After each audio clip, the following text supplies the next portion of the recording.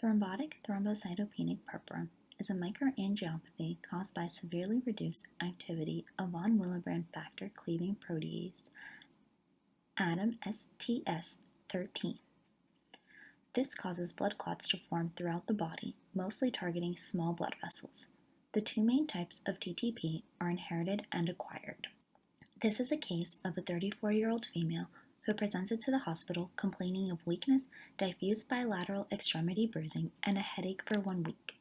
Prior to presentation, patient was evaluated by her primary care physician who recommended blood work for further evaluation of her weakness. Initial blood work showed low platelets and a low hemoglobin. Patient was referred to the emergency room at Hendry Regional Medical Center. Due to her significant low numbers, she was later transferred to Wellington Regional.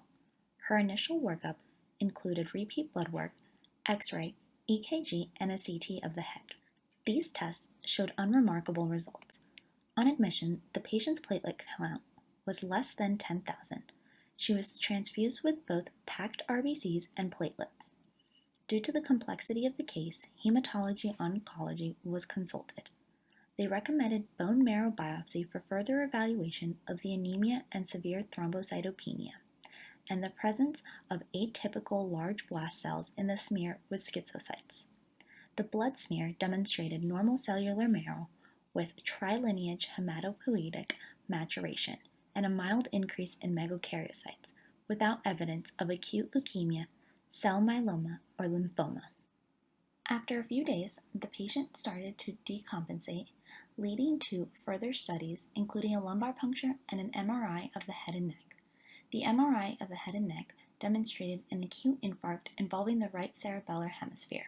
Diagnosis of TTP can be made by utilizing clinical presentation, history, and testing. It is important to inquire about family members that may have a bleeding disorder in order to determine genetic inheritance.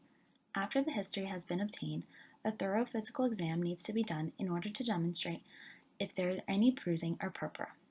The diagnostic tests include a CBC, which will demonstrate low platelets and a low hemoglobin, a blood smear that shows schizocytes and thrombocytopenia, a lactate dehydrogenase will be elevated, and an ADAM TS13 assay to test for the enzyme activity. Treatment for TTP depends on if you have the acquired or inherited type. For inherited TTP, fresh frozen plasma is a treatment of choice, while for acquired TTP, plasmapheresis is used as treatment. For patients with frequent flare-ups, medicines such as glucocorticosteroids, rituximab, vincristine, and cyclosporine A may be used. The patient's clinical picture was consistent with a diagnosis of thrombotic thrombocytopenic purpura. On this case, neurology, hematology oncology, and infectious disease were all consulted due to the complications the patient suffered. The patient was placed on steroids and IVIG and failed to respond to both treatments, which is when plasmapheresis was attempted and the patient improved remarkably. Patient was discharged on prednisone taper and was told to follow with neurology, hematology oncology, and her primary care physician. This case demonstrated the classic presentation of thrombotic thrombocytopenic purpura associated with neurological symptoms and hemolytic anemia.